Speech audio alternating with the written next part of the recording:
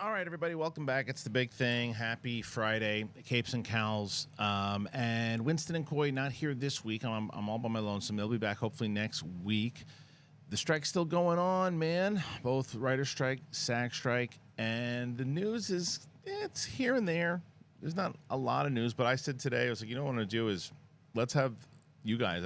I posted something on both the my Facebook page and the community page on YouTube, and I said, let's throw some questions out and let's talk about it, man. So that's what we're going to do today. We're going to talk about a lot of those things. There is a few questions that came in, and I was going to plan on talking about this anyway. Secret Invasion has wrapped, and man, the finale is divisive at best. And so I will tell you right now, I've only seen 2 episodes. I never had the urgency to go back and watch more, even though I didn't mind the first 2. But I just had no urgency to watch it. But apparently, I don't know if I want to, because everybody's talking about how bad the season finale was. But I do know about a couple spoilers and things that had happened, and there's questions that people asked that we'll probably get into that. So I will give a fair warning when we get to the Secret Invasion portion of things. So that way, you know, if you haven't seen it and you don't want to be spoiled, you're not spoiled through this show, because I don't like that as much as you guys don't like it. So anyway, let's get into it. If you're brand new to the show, you've never been here before, do me a favor and hit that button. 100,000. Trying to get there. We just hit 85, guys. We just hit 85,000. I'm pretty proud of that. Not even 2 years running this channel thus far. So we're getting there, and we hope that you guys can help us out and get us to 100,000. Yeah, we got some more things coming up. I think we'll talk about it in a second. Let's get to the show. It's Big Thing, Apple Podcasts, Spotify, anywhere podcasts are found. You can get us there. We're growing there just as much as we're growing over here. So thanks. Let's get into it. It's Big Thing, Capes and Cowls. I'm pretty ready. Are you guys ready? Cool. Let's do it. Ready? Go.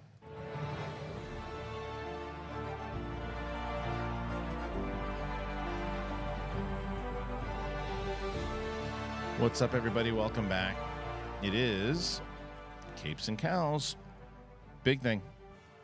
Kristian Harloff here. Again, Winston and Coy out this week. Coy got back from Comic-Con, but I think he's out at some other con right now, and Winston's recovering from surgery, so he's doing good. So wish him well. And I'm excited to have the guys back once we can. And also, to be completely upfront, also, is that we've got not too much to talk about. Not everybody's super comfortable about talking about everything, and I'm even curious about what we can talk about, what we can't. We've done various videos on it. There's been some information. There's been some misinformation. There's a lot of stuff. So, you know, anyway, I was like, okay, well, what we'll do is we'll just get some questions from the audience, and you guys ask what you want to ask, and however long the show is, that's how long the show is. So let's start. Let's get into. You guys asked some great questions. Like I said Facebook and the community page. That's where we threw them in there. That's what we got. And let's start with the first one. Okay, first question. So this is a Secret Invasion question, and I'm not making it public yet because I think there's a spoiler within the actual question itself. So if you haven't seen Secret Invasion, I would suggest skipping ahead about 5 minutes or so, maybe 10. Okay, you've been warned. That's the spoiler. Here it is. Paul Reaper. I saw a comment today that the director of Secret Invasion, in his opinion, thinks that Rhodey became a Skrull during Civil War. Should he know these details and not just guess? Is this another example of Marvel creators not communicating? 100%. That's the most ridiculous answer that the director could have given. Ridiculous answer. I think. What are you talking about? It's a very, very important fact inside of detail inside of the whole MCU. So wait, that's not Rhodey in Endgame? I think. I don't know. It's just a cool reveal. So that's what we're going to do. We didn't really think about it. It's like the same thing with the Doctor Strange 2. Well, the writers didn't really watch WandaVision. Sam Raimi never. It wasn't finished. Read the scripts. It's one of these things. It's very similar to me. It's starting to feel like Star Wars, you know, with the canon stuff. Well, everything's canon. Everything's canon now in 2012. Everything's canon. You know, books, TV shows, video games, comics. It's all canon. But if it needs not to be, it won't be. What do you mean? Well, there might be some details that we change here and there, and that director hasn't read it, so they're just going to change that. Well, then don't say that. Everything's connected. Everything is part of it, but this guy thinks it's Civil War. That's what was so great about the first three phases. Even if they were faking it, it never seemed like they were. Like they seemed like they had everything intact. Like it was a well-oiled machine knowing, well, that's going to connect to this. That's going to be part of that. That's going to do that. I'm not telling you have to do that. But if you announce that that's what you're doing, and that has been your plan, and you've seen success with that plan, and this isn't the only guy that's doing stuff like that. As I mentioned, it's like, oh, well, we think. We're not really sure. We're not really talking about it. It's just, it seems lazy. It seems lazy. Now, again, as I mentioned, I can't speak too much on it. Look, the reveal is the reveal. I can speak on that because it's just if you don't know when it happened, then what are you doing? But I will say this. I think that the show itself, I've just heard not great things about it on how it plays out at the end. But I can't really say yes or no if I liked it or didn't like it because I didn't see it. So I've only seen 2 episodes and I'll probably watch it again, but I'm just seeing tons of people who liked it saying it's like the worst Marvel show that they did over She-Hulk. It's not good. And I like the first 2 episodes. I like the first 2 episodes of She-Hulk, too.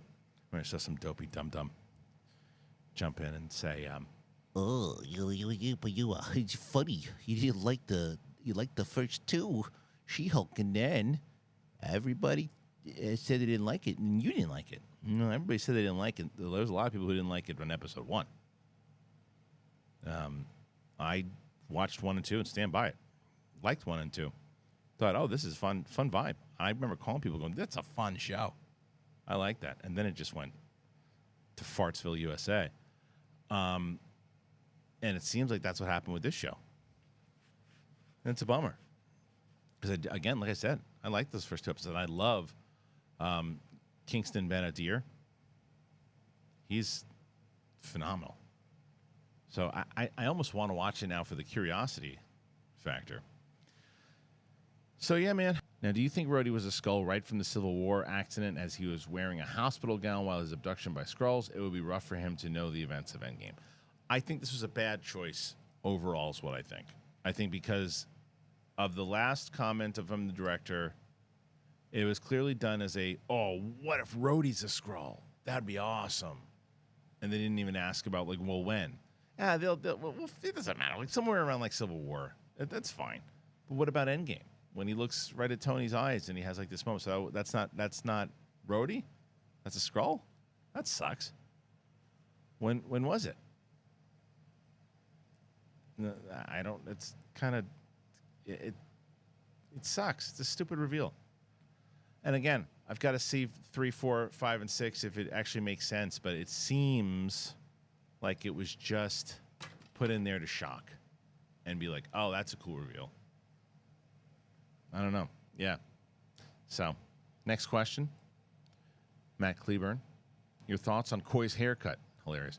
How do you feel about Marvel possibly canceling the Marvels for a tax write-off like Batgirl? I saw this question and I looked that up. I didn't see any reports of that, and if it was, it's probably one of those silly sites. I would assume. I haven't seen any actual reports of that. There's no way in the world that happens. They just released a new trailer for it recently. They put a ton of money into it. It's a big, massive.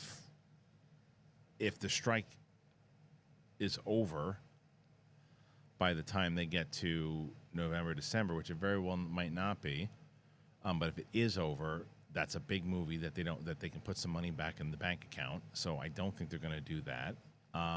If it isn't over,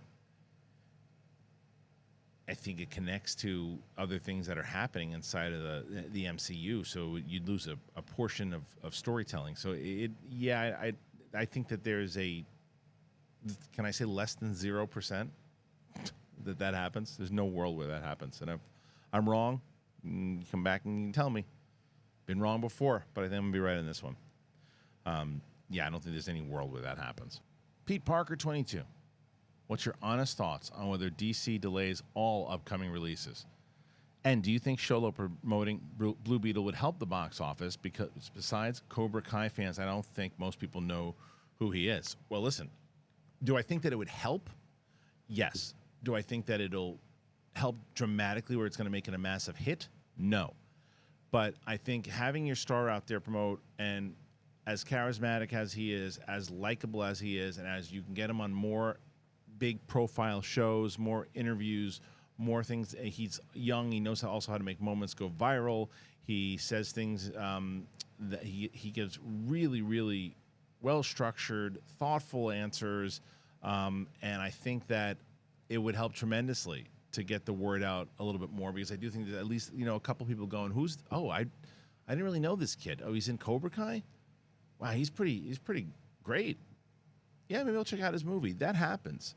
Do I think it's enough to turn it into a massive hit? No, I don't. But I do think that it would have helped, and I do think that having, again, both Sholo, George Lopez, the entire cast, also not only to just the entire every demographic, but I think specifically also to the Latino audience. I think that would be a massive source of revenue to, and people that should support that movie in general. I think that it's going to be the comic book fans. I think it's going to be people who like Cobra Kai, but I think that how important of a movie is for the Latino community, I think that they would be doing a lot of publicity on that side to make sure that the Latino audience was aware of it. And they're not going to be able to do that. So I do think that it would have been pretty massive to have him and the other cast promote, for sure. As far as your other question goes with, do I think that it's going to get pushed back?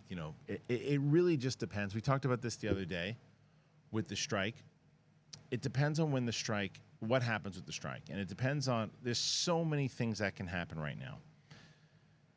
There's one side of it where the studio is just so stupid and so stubborn that they aren't going to budge. They're not going to negotiate, and they're going to take these hits and take this amount of money and just not get talking until January, February, pushing into 2024. Then I do think, if it's pushed and it's not settled by November, then I do think it will be pushed, because I think that they're going to want to have Jason Momoa out there. They're going to want to have Timothée Chalamet promoting both Dune and Wonka. Isn't Wonka Warner Brothers also? I feel like it is. But either way, they're going to want to, yeah, it's definitely Warner Brothers, right? So Timothée Chalamet's got 2 movies with them coming out. So they're going to want to push that. I think that but as far as your DC question goes, yeah, Aquaman would definitely get pushed. I think they would want to do a Jason Momoa publicity move there. They'd want to get more people talking about it in general, and they'd want to get, they're going to try to do everything they can marketing-wise to get that movie some money, because there's just too many, with the DC stuff that's been going on so far with The Flash and Black Adam, Shazam, and potentially Blue Beetle. This is a movie that the first one made $1 billion. So they're going to want to put some kind of money into it in order to try to get some money back. But it's just a matter of what happens. How's it going to happen are the studios going to be that greedy? Are they going to be that stupid to not realize the amount of damage that they're doing by not negotiating and not giving the actors and the writers what they rightfully deserve? And besides the stuff that they're asking for, the rightfully deserved part of it, the rightfully deserve is sit down and have a conversation with these people so they can talk about their livelihoods. And it's like, I was just having this conversation with somebody today about like Bob Iger, who, as an executive, before all this stuff going down, I've always been on the Bob Iger, thinking he's a career Hall of Fame executive. His comments about the audience being, the actors being not realistic, and you talk about somebody who just did not read the room and is so far past what normal human beings have to go through. And the idea of it also in any type of business, it's crazy to me. Like I figure I could see David Zaslav saying something like that, but Iger deals so much with with people and seems like he can have that kind of commonality. But he proved himself to be that kind of, billionaire executive inside of that comment, because that was such a, even in business, he's so good at business. What he's kind of built his entire legacy off of, to say something like that. Let's say you're sitting with somebody watching this, or somebody in your house, and you run a business with somebody, and you're going into a business proposal with some of your workers in your business, and they're not happy with certain things that you're doing in the business, but you feel that the way you're doing business, whether right or wrong, is the right way, right? You can say to your business partner, you can say to whoever, I don't know, maybe they're asking for too much. Maybe this, I don't know, we'll have to figure it out. We'll sit down, we'll talk to them, we'll figure it out. And you can say that behind closed doors. You can say that whatever, and you still be, again, maybe not reading the room, not realizing where you are in the totem pole as opposed to them, but you're saying it to somebody that you're involved in business with, and you're not coming off as this kind of like pompous ass in a public setting when people are trying to fight to get, $26,000 to get health insurance for a year. That's what you got to make it SAG. $26,000, which I think is ludicrous, by the way. I think that certain people agree with me, certain people don't, but the amount of dues you have to pay now to get into SAG the first time is enough to cover health insurance for I think like 2 years if you're probably going to do it yourself. I think that if you're paying SAG dues and you pay it monthly, you should automatically, whether you make $5 a year, if you're part of the union, that's why you're joining the union, you should get health insurance. That's my personal belief on it. Or if you don't pay your dues, you're not getting health insurance. That's just how it goes. Just take care of your union members in general. But I just think it was incredibly insensitive in general of what was going on, and I think that if they don't sit down and have conversations, movies like Aquaman and these other movies that are supposed to come out end of the year, it's not going to happen. I do think, though, because there's also word now that Gavin Newsom's going to start getting involved, and Gavin Newsom is trying to do everything he can now as he wants to get more and more in the national news stories to become potentially a presidential candidate. If he's the guy that helps negotiate and settle these things, it looks good on him. Because if California continues to have that with economy right now, considering that California brings in some of the most cashish to the United States in general, with the entertainment business being a big reason why, he's got to get it in order. So he's going to step in. So yeah, I don't know. I think those movies will probably get pushed for sure. Okay, next one. Well, before we even do that, we're talking about money. We're talking about saving money. We're talking about all this stuff, and I've been talking about it for you guys for a while now. And I'm so happy. I've been seeing people who have been tweeting at me and have been sending me DMs on Instagram, and they're finally doing it. They're finally joining Rocket Money, and I'm so happy that you guys are finally doing that. Rocket Money is incredible. It's really great. So if you didn't know what Rocket Money is, it's an app that so a lot of times you sign up for these apps that you're like, oh, that one looks cool. We'll do it for free for 30 days, and you forget you have it. And it's like all these other apps that you get that you've had for God knows how long, streaming services, all of that. I've done it many times over. Oh, yeah, that sounds like that's a fun game. I'll play it for a little bit and I'll cancel it. I forget to cancel it. Well, Rocket Money tells you everything that you have. It alerts you to increases in subscription prices, by the way. It'll negotiate stuff for you. That's what it did for me for a lot of my bills. And not even just like streaming stuff. Like it tells all the bills that you're paying, everything you're paying, from your gas bill on, everything.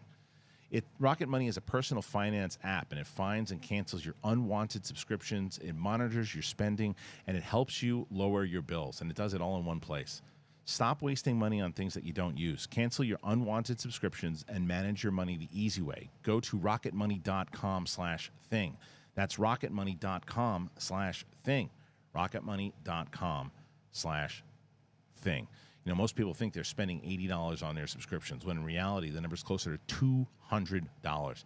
When you're signed up for so many things like streaming services you used to watch on one show or free trials and delivery you don't use, it's easy to lose track for what you're paying for. So I'm telling you, go to rocketmoney.com/thing. It'll change your life, and you're going to love it, and you're going to thank me for it. And not only are you going to thank me for it, you're going to help out this show. I think that's another thing that I've seen that I actually want to say thank you to you guys. I've seen people, again, a comment in Instagram kind of DM I get is, hey, I really watch your show all the time. I really support it. I know you don't have super chats and stuff. How can I support the show? And I said, look, if you find something on that I talk about on every episode of a sponsor that we have that you feel is right for you, that helps. That helps tremendously, and it'll help you out. And I've seen so many people going, dude, Rocket Money was the one I didn't know if I was going to use it, but I use it all the time now, and I love it. So please use Rocket Money. Tell me about it, and use that code. All right, man. Let's get to another question. Let's do it. All right, next question. Galaxy Geeks, why do you think that these Marvel TV shows cost so much? Secret Invasion was extremely expensive, but most of the show is people talking in a room. It's almost like Disney believed that they had unlimited money. I mean, look at Haunted Mansion. That movie should have never been released in July. I don't even know how the movie's doing. I guess it's not doing well. Maybe it is. I'm not sure. Well, that movie got pushed. I think that movie was supposed to come out in August. And I think it got moved when Marvel's was going to come out in July, and then they switched the date. I think Haunted Mansion was supposed to come out in August. Correct me if I'm wrong, but I'm pretty sure that was the case. But as far as why it was so expensive, I think that pushes still into the what's his face, the Bob Chapek. I think that during his era, he was handing out these big checks for streaming services, streaming shows, and letting them do whatever the hell they wanted to do. And yeah, I think they're spending too much on talent. They're spending too much. I think that's where a lot of it came from. Whether it's, I don't know how much Mendelsohn and Sam Jackson and Amelia Clark and all these actors and actresses cost. Olivia Colman, Kingsley Benadir, like all of them. I don't know, but I wonder inside of whatever deal they had continue on every time you play the character, it's more and more expensive, and that even carries over for television shows. But I think when it comes down to the VFX people that they had to do they almost treated it like it's 6 episodes, but it's more so like a 2-3 hour movie. Apparently the last episode was only like 35 minutes or whatever it was. I'm telling you, I was so not invested in this show, and even though, and it's weird because a lot of times, even if I watch 2 episodes of a show, I'm like, oh, I'll go back and watch it. I watched it enough, and if it's one that I dug, I'll go back and check it out. I had no interest in going back, and I'm probably going back now just to see, because I want to see if I agree with everybody how terrible the finale was. I see the meme, the one again, that one I won't spoil. But I see the one meme in this apparently a silly reveal, and I see this one meme going around going 4 characters you're never going to see ever again, and then one of them's like the Son of Hulk, and there's a few other ones, and one from this show. But yeah, I think that the reason why they spent way too much money on it in general. And this is one of the things that they're going to have to figure out in the strike, right? They got to figure out this. I'm on board with the idea that the streamers have to release their numbers. Like, how are you making your money? How are they, if they're able to spend this kind of money, how are you making your money? How are you equating that to amount of people that click on? How does that all work? They need to be more telling in all of that, because I think that there's, a lot of the Skrull stuff, it looks like the same way that you saw it when you saw it in the movies, and the kind of VFX people they're paying for. It's like, so I think it goes into a lot of the effects. And a lot of those things, whether they're sitting in a room or not, you still have a lot of VFX artists that you're paying for. So that's what I would guess. But who knows? What do I know about it? R. Murphy, 2982. Your oldest daughter is 1 year away from my oldest girl. Did she enjoy the Miss Marvel series? And if she did, is she excited about the Marvels? Both my daughter and I loved Miss Marvel, for the family bringing us together and increased excitement for the Marvels. So, it's funny that my oldest, who's almost 12 years old, she actually started watching the Marvels before she saw any of the MCU. And it was the Marvels that made her want to start watching the MCU, because she was really responding to it. And I think she watched an episode before she watched anything else. And she was like, oh, I really want to watch the MCU now. And so we watched the majority of the MCU. We watched up until Endgame. I don't know what did she say. I think she saw Homecoming. Yeah, she watched Homecoming and Far From Home, and then after that, I don't know what she's seen in the new phase. I know that I took her to see the new Ant-Man movie, but I don't know. She's not super excited for the Marvels yet because she didn't go back to watch Ms. Marvel. And I know that she does want to watch it. She's really into anime right now. She's into anime. She's watching this stuff on Netflix and these other things that she's really into anime right now. So I don't know when it comes to. I think she'll wind up getting back into this. But the problem is that my excitement was so. When I want to watch stuff with her, you know what she really likes actually, which is she started watching her first rated R movie was by accident, and she was watching Vacation with me a while ago, and then she realized there's one scene where it's very quickly a rated R movie. She's like, "What's this rated?" And we're like, "R." She's like, "I can't watch a rated R movie." She was the one that said it. And then, however, she loves Greek mythology. She loves all that stuff. My wife and I were watching Troy the other night, and she's like, "I want to watch Troy." I was like, "Well, it's rated R." She's like, "I don't care. I want to watch it." So she started watching Troy. She's actually watching Troy with us right now. So I think Ms. Marvel is maybe a palate cleanser for her on that one. Okay, next one. Joaquin, 3213. Should Marvel keep doing specific genres with, or should there be more connectivity to the tone and genre of the MCU, or both? I personally like the genre stuff and creative freedom, but I feel like Avengers needs to be classic MCU. I think it needs to be both.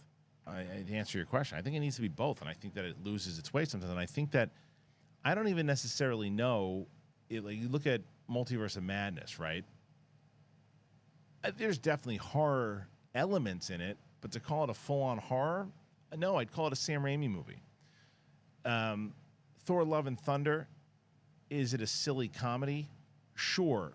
Is that genre of comedy? Maybe, but it's a Taika Waititi movie. I like the Eternals. I like it more than most people. It's a Chloe Zhao movie, even though I think that it has a lot of it's got a lot of different things in it that I really enjoy, but it's got and I'm not telling you there's a lot of movies.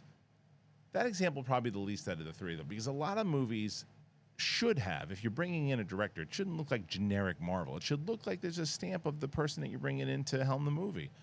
And I think more so Eternals had that with Chloe Zhao's feel, but it's a Chloe Zhao movie. The long, kind of sweeping shots, the feel of it. If you didn't respond to the actual story itself, it can be kind of drawn out and boring, maybe, right?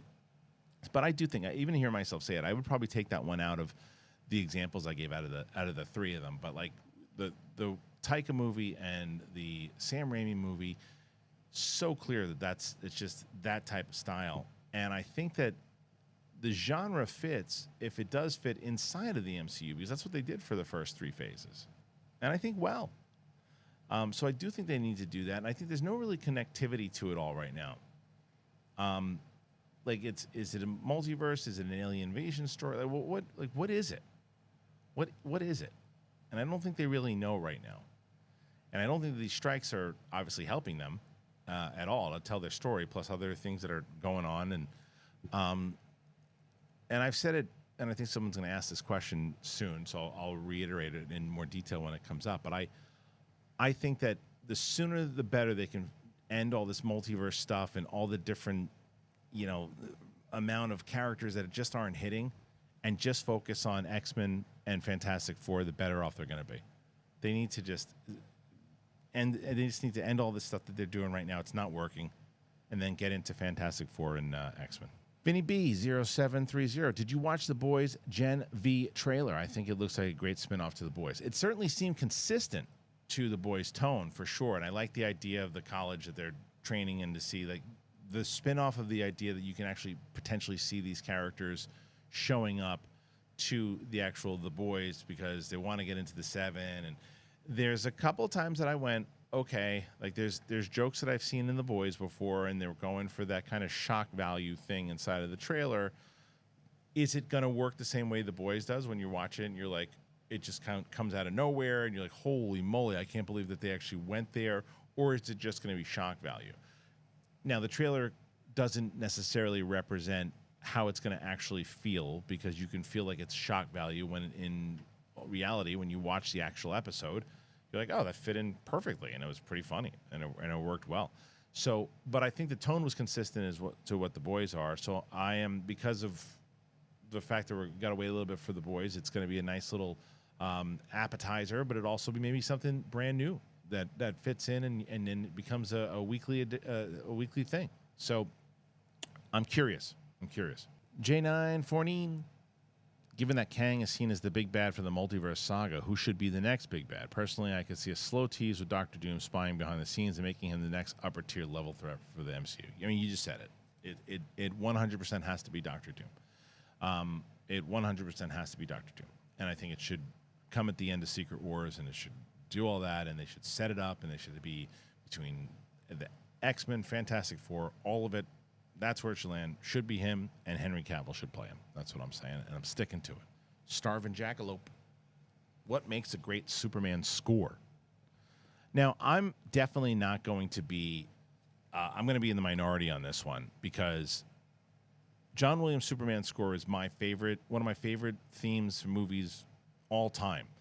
I feel, and I think I've said this before in the past, and I'm staying consistent with it, I believe that the John Williams Superman score should be like the James Bond theme, because it doesn't matter what actor, who it is, they don't change to James Bond theme. It's the James Bond theme. If a score becomes that iconic, it should be the overall theme of the franchise. I think that for Star Wars movies, whether it's Rogue One or whatever it might be, it should be the Star Wars theme. It should always be the Star Wars theme, because it's synonymous with the brand. Superman, I know Superman came first. I understand that, the comic book, all that. But the score by the great John Williams, you hear it and you just think Superman. And I guess this is probably an answer to your question. It's big, it's hopeful, it's bombastic, it's just pure, and it's Superman. And I think that and I love the Hans Zimmer score. Don't get me wrong, I love it. I think it's great. And I like the mashup of them both. But it was specifically made to get away from it, because for Superman Returns, they used the John Williams score. At least John Ottman used a variation of it, right? And used it at times. I think it should be used at all times. I think it should always be used, and I think that it's just too synonymous with him. I think it should be like the James Bond theme. But that's me. I know people are going to disagree and think that there's other ways to do it, but that's the way I feel about it. Purple Funk. Kristian, do you think that with the recent Kevin Spacey's innocent verdicts and pretty open demand to start work again, we could see him working with independent studios similar to Gina Carano? Not really saying I'm for it, but I had a thought yesterday that he could try to spin the canceled angle similar to how Gina did it and pivoted to smaller productions. Thanks, and love the show. Hashtag bring back Joey Pickles. F a Joey Pickles. Thank you so much for the comment. Yeah, look, I think he will work again.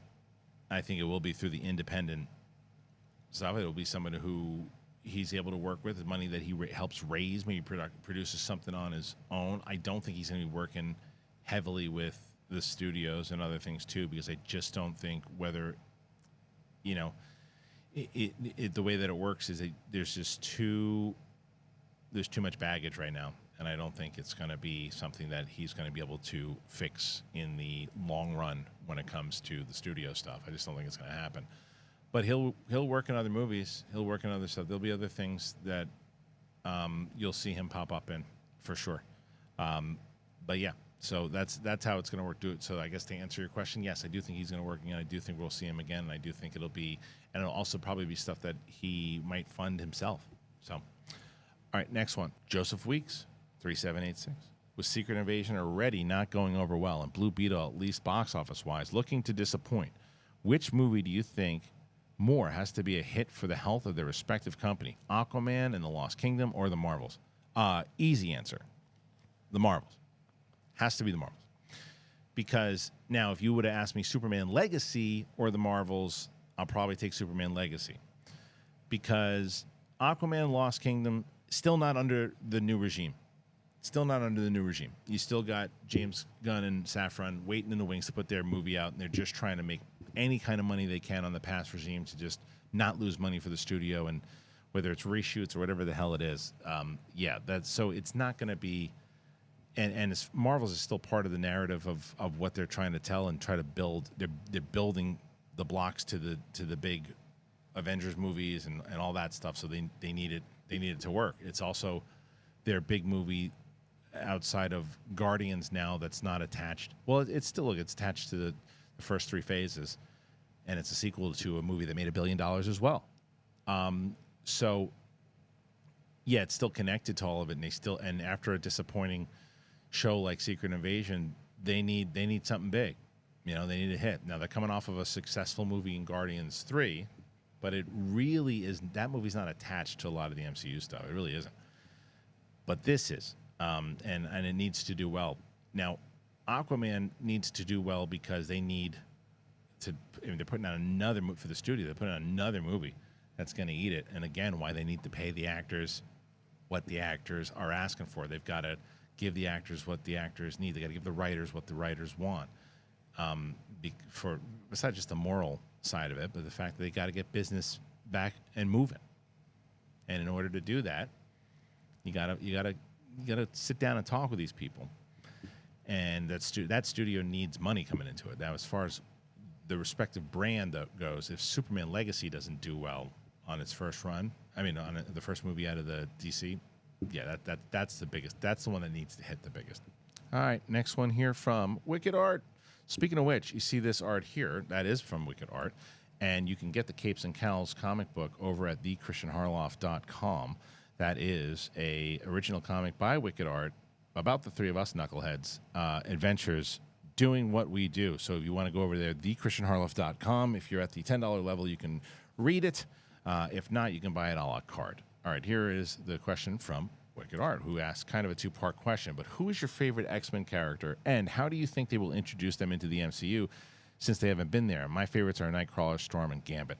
I have the lazy answer, the stock answer. Wolverine was always my favorite, and he was my favorite way before the 2000 movie. I liked him when I read the comics back in the day. Meltdown with him and Havoc's one of my favorite comics of all time. The limited series that came out back in the 80s, I loved. So I think that they're going to have to, it's going to be interesting how they reintroduce him after like Deadpool, right? Because you've got to try to replace now for real this time the character that Hugh Jackman has played for 23 years now, or maybe it'll be 25 once this movie comes out, right? Or 24, or whatever. So yeah, I think that I'd like to see the new one get introduced in all the X-Men movies, and that's why I'm saying I think, I know everybody wants to see them. I do as well. And whether it's at the end of Secret Wars or not to introduce them, that to me is that's where you got to introduce them, or do it after. Don't do it before. I know that they've kind of teased the idea of mutants and all that kind of stuff, but do it afterwards. Because you really, if you focus on X-Men and you focus on Fantastic Four, you can stretch that out for 10 years easily, and you don't have to. The problem is that they've introduced all these different characters and all these different kind of side characters and anything that they were kind of hoping and crossing their fingers. Well, everybody loved. Nobody. I can't even tell you how many times you hear this. And nobody thought Guardians was going to be. Nobody knew what the hell Guardians was. And then James Gunn comes in, makes Guardians, and now they're in their everyday conversation. Everybody knows who they are. Household names. Yeah, but there's a lot that goes with that. The writing, directing of James Gunn, piggybacking off the extreme success of the other movies that came before it. The movie came out in 2014, so it had 2008 up until then to ride the wave of the MCU. The MCU right now is trying to introduce all these new characters and people that off of subpar after subpar after subpar movie and TV show, and you're like, yeah, I don't care about any of these people. Everyone they're introducing, you're just like, okay, they're fine. But there's no one that you're like, oh yeah, like, that's great. Look, Gamora, oh awesome, Drax, amazing. Who's that? I don't know who that is. I have no idea who that person is. Oh yeah, they're in that one show. Fine. So yeah, that's It's going to be interesting for sure. So we'll see how they're going to introduce the X-Men. I mean, I just hope they hold out and they wait because they can really build, you know, you give them their own movies down the line. Connor is my name. When do you think we could start seeing movies like Deadpool 3 or Spider-Man Beyond the Spider-Verse pushed back due to the strikes? Well, I think that there's a reason why that those particular movies, although I do think that Deadpool will probably get pushed again because they were hoping, remember when the writer's strike happened, they were still shooting Deadpool, but they were doing it under the agreement that they couldn't write new stuff, they couldn't improvise, they couldn't do any of that stuff. They just had to follow the script that they had. And then once the SAG strike came, it was like, that's it. We're not shooting anything anymore. So I do think that even though I think they're pushing for like June, it's the same answer that I had before. It's just dependent on when these studios decide to sack up, get into a room, and have the conversation that needs to be had. When that happens, then you're going to get more clear answers. But I think that this is, it's really unfortunate because it does come down to greed. It comes down to greed, and a lot of people still aren't understanding this. And I see these questions all the time or comments all the time of, why should we care about these rich actors getting more money than I could ever see in my lifetime? That's not who is being fought for here. A lot of those people that you're talking about, who are on the picket lines, mind you, but a lot of them have saved up enough money that they'd probably be okay if they didn't work ever again, right? And so you're well, yeah. So what do I care? That's not who they're fighting for either. They're not fighting for themselves. Some of them are, for sure, but I mean just solely not fighting for themselves. They're fighting for people who are doing commercials, who are doing these roles, who are doing stuff, who are struggling to get themselves jobs, and it's hard enough as far as what the struggle that they're going through to just get a gig, to get them health insurance. And then I just saw Jennifer Esposito posted this thing, and she was talking about how she hadn't worked for a year or something to do something, and because of it, her health insurance was at risk, or because she wasn't, and residuals don't count towards that money. That if you make $100,000, I think if you make $100,000 in residuals from a sitcom you were on, it doesn't add towards the minimum. I think that's how it goes. I'm not sure, but that's what I read. But things just need to change, and the studios need to sit down, and the studios need to have these conversations. And the idea that you can just pay a background person and then have their likeness forever, come on. Anyway, Jamal B. Castro, do you think the MCU should have rebooted after Endgame? No, I don't think they should have rebooted, because I think showing, even with Spider-Man No Way Home, which was fantastic, I think that there's the stuff that they did with WandaVision, I think that they just did too much. I think they got a little bit too ahead of themselves, and they put out way too much because they were a proven entity, and people like Bob Chapek and all these people, again, greed, said, oh, let's just milk the fans for everything. They'll love it. They'll eat up everything that they do, and that's not what built the MCU. And I think that they just kind of lost their way. Do I think that they should rebooted it? No. I think they should pivot. I think that they should recharge. I think that they should start to do what they used to do, and they should do what we talked about previously, and that's I've got a genre, I have a director, I have my plan, I have where we want to go, and I want to maneuver, and everybody who is working on this should read this, should be familiar with this. You should know that this connects to this. You should know that. Well, I think maybe Civil War is where he was the Skrull. I don't know. What are you talking about? What are you talking about?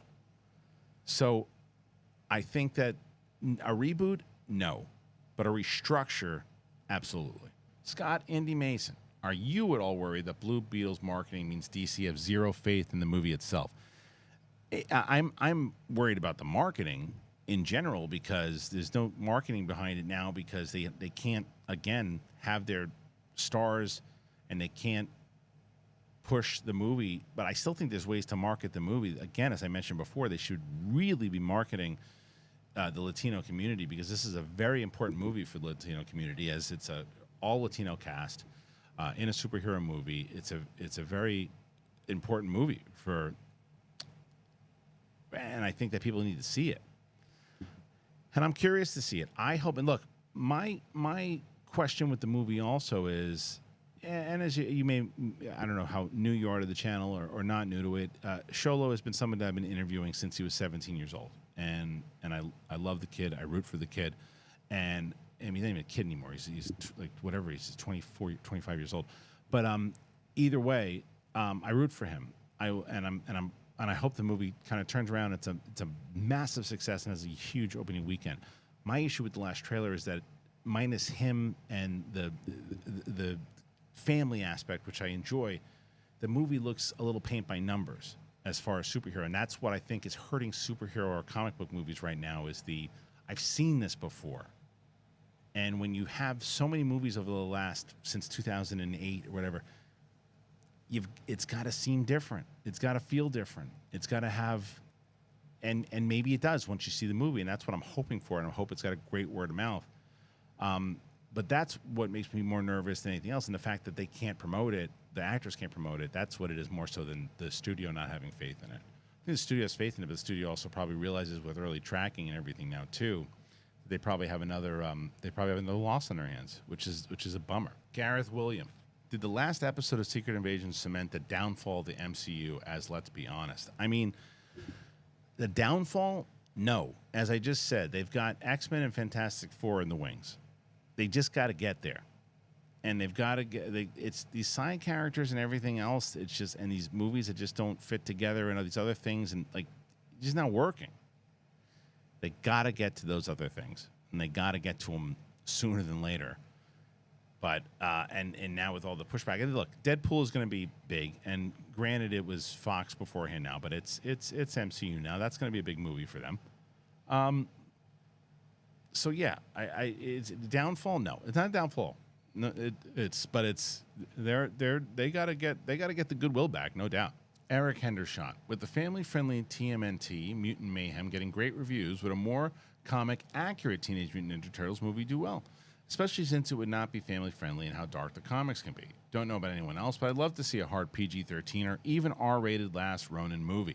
I know it would never happen as long as Nickelodeon has the film rights. Okay, so there is a chance like down the line, but I think right now, especially with this movie, I did get a chance to see it. I enjoyed it. I thought it was, and it was also great for my 12-year-old. It went right over my 5-year-old's head. She didn't really dig it too much. At one point, she turned to me. She goes, "I don't like this movie."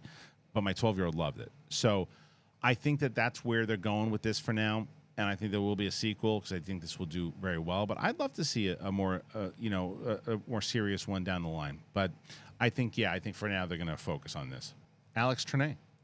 Hey, Kristian, I know this might be slightly off topic, but I wanted to get your reaction to the news about Donald Glover taking over writing duties for the upcoming Lando series. I, for one, am excited and wouldn't mind seeing this as a feature film instead. Thoughts? Hope you have a great weekend. I had this conversation with somebody today. It's great news that who knows if it'll ever happen. That's the way you got to look at all these reports now when it comes to Lucasfilm. Who knows? Is it great that Donald Glover is potentially writing this? Of course it is. There's a writer strike going on right now, so that won't happen for a while. There's a actor strike going on for a while, so that ain't going to happen right now. There's a when the hell is this going to come out because they have all these other things locked in, what's it going to connect to type thing.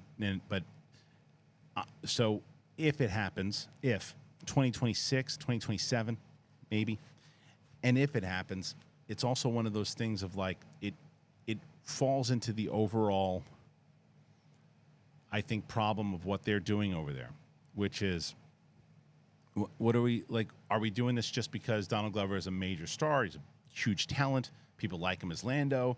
Or do we have a need for this story right now? Do we really want to tell this story right now, which could be the answer? But I don't have confidence that that's the answer, and that should be the answer. Because do I think that Donald Glover is one of the most talented people out there right now and just an electric personality? Of course he is. And I think he was the best thing about Solo? I do. But I would want the answer to be, oh, no. The take that he has is just so good, and that's the reason why. When in my belief, it's because he's a big, massive, huge star, which should be part of it, but not all of it. And I think that that's a lot of the times why a lot of things have been made around there, especially with, well, directors and stuff of that nature. But I think it's good news if it happens. I just don't know if it's going to happen. Alex Rodriguez. With The Flash, a complete financial disaster, and Blue Beetle projected to have a poor opening weekend already, I believe James Gunn has a huge mountain to climb to deliver a Superman movie that will get everyone excited about DC again. What would you like to see, or what take can he take that will separate his Superman from previous iterations and ignite his universe in the box office like a Top Gun Maverick? Longtime follower and happy to see you succeeding with your channel. Well, thank you very much, and longtime Yankee fan, so appreciate you commenting. Yeah, look, this is going to be an answer that I just feel like I'm repeating myself over and over again. I would love to see a version of this Superman movie that is not the same, let's set up the story, and then at the end, here's this big, huge $70 million CGI battle with Superman, and he's fighting aliens, and here comes Green Lantern and all this other stuff. I'd like to see it way more in the Richard Donner scale of things and just completely scaled down. Like, I use Barbie as an example. Now, I know that Barbie is not a scaled down movie, but Barbie only costs $130 or $140 million to make, and it's already made $500 million, right? Now, I wasn't a massive fan of the movie, but you can't take away from the style, the creativity, it didn't rely on the same formulaic stuff. It just didn't. And same thing as you mentioned with like Top Gun Maverick. It felt like old school filmmaking, even though it had a massive budget, but I think it was like close to $200 million. But it felt smaller, if that makes sense. And it's the practical effects, those types of things. That would be. I mean, how are you gonna do practical effects with a guy who flies? The same way they did it with Christopher Reeve. And I think that I'd like to see that. I'd like to see it look like a 70s, 80s movie, but with like, but it looks way more real than it did back then. So, yeah, I will want to, but that's the main thing. That how do you make it a hit? You got to scale down. All right, here's the last one before we move on to our boom segment. Sean Wingblade, you're in Kevin Feige's shoes. You see the recent MCU struggles with the box office quality, personal issues with John Major's Kang, and general public interest. Do you, 1, wrap the current projects and reboot it all with X-Men, Fantastic Four introductions, multiverse, explain it all away, and keep the good stuff, Ms. Marvel, Shang-Chi, stay the course? Strangely enough, as I've been, basically talking about, I guess I'm staying consistent with what I've been saying here, is you stay the course for now, but that's if you know what the course is. If there is an actual course, what's the course? I know they have, well, it's leading into Secret Wars. It's leading into this. Well, what's the course? What's the actual story? Show me the story. That's what I would do. I would focus in on the story, focus in on what I need to do what they essentially have done, and pull back. I got a stupid hair. It's killing me here, Sean. In front of my face. It's gone. But it's yeah, they're scaling back. They took out a lot of shows and stuff that they were going to do. Put 1 or 2 shows out per year, 2 movies, call it a day, lead it to, get a big summer movie, big Christmas movie, 2 shows to fill in the gaps, and then get us to Secret Wars, and then get us to X-Men and Fantastic Four. That to me is the best plan moving forward. And thank you, everybody, for your questions. I really appreciate it. I want to get to our sponsor here, Boom Studios. I love Boom Studios. You guys love Boom Studios, and I actually see people more and more tweeting about all their stuff. Excited about them. They're amazing, and they got some great stuff right now coming out. And the first, ladies and gentlemen, Berserker. That's right, Berserker is back. Poetry of Madness. It's an all-new self-contained special. It's available this week at your local comic book store. The new story was written and illustrated by Steve Skroce, the iconic artist who drew the original storyboards for The Matrix. In this oversized issue, Keanu Reeves' half-god warrior meets Lovecraftian horrors in Atlantis as we discover a brand new era of the immortal saga. There is a brand new trailer for the issue. It's available now on Boom Studios' YouTube channel. Go and check it out. I got put onto the Berserker stuff by Coy a while ago. You know, he hosted this thing at Hall H a bit, and then when Boom Studios came on over, and that was one of the main things that I had really found out about them. And then we had the opportunity when we went and we had a chance to meet Keanu and how passionate he is about it. So this is a phenomenal thing. Watch that trailer. The trailer alone, if you don't know anything about Berserker, I'll put the link in the description so you can check it out. The trailer alone, you're going to go, oh, yeah, that's a canon project I definitely want to check out. So go and check that out. But we're not done, man. Alice Never After, the highly anticipated sequel to Boom Studios' breakout hit, Alice Ever After. The new series, written by Dan Panosian with art by Giorgio Spatella, and Dan Panosian returns to us the twisted version of Wonderland with more than a few surprises. Issue number 1 is available now at your local comic book store, and pre-orders of issue number 2 are going on right now. Well, you're going to get me on board. Alice in Wonderland is one of my favorite of all time. And the Mad Hatter, oh my goodness, it's time to look at this one. But it's different, right? And I like this approach on Alice in Wonderland. Overall, I love the art. Yeah, the style behind this is just incredible. I really, really love it. I love the weird. I've always loved the weirdness of Alice in Wonderland, and I've always loved the just. Look, I mean, you got the rabbit right there. You've got the tea mouse. You know, I mean, I'm pumped. I'm pumped for you guys to check this one out. You can check it out. It's available at your local comic book store now. Go and check that out, man. Awesome. I was excited for that one. All right. Thank you to everybody who joined us today. Thank you to Boom Studios. Thank you to Rocket Money. And thank you to you guys for joining me here today and sticking with us. I mentioned this on the community page. We're going to add a new show on Tuesdays for the time being. I don't know how long it's going to run. It could be a limited series, but with everything happening inside the UAP hearings and all that in general, and I know that I want to tell you, I've seen 99.9% really great comments from even people who aren't into it, right? Like, it's really not my thing, and I'm going to stick to like the pop culture stuff and everything else too. I saw one dopey comment about like how, oh, this is what the channel's become now, I'm out of here. And it's like, it's one show, guy. It's one show. And it'll be on Tuesdays. All the other stuff is not, the dynamic of the channel is not changing. We're doing really, really well right now. And we're excited to be moving in this direction, having you guys with us. So thank you for joining us. And if you want to check out the stuff that we're talking about on Tuesdays, it'll be myself and Mark Riley. We got Attack Peter coming on Tuesday to talk about that stuff. But Monday, Wednesday, Thursday, Friday will be the normal show. So come and check that out as well. But probably going to add a new one just for the time being. Thanks for joining us, everybody. Really appreciate it. For Capes and Cowls, again, Winston and Coy will be back next week. Appreciate you. See you next time. Bye.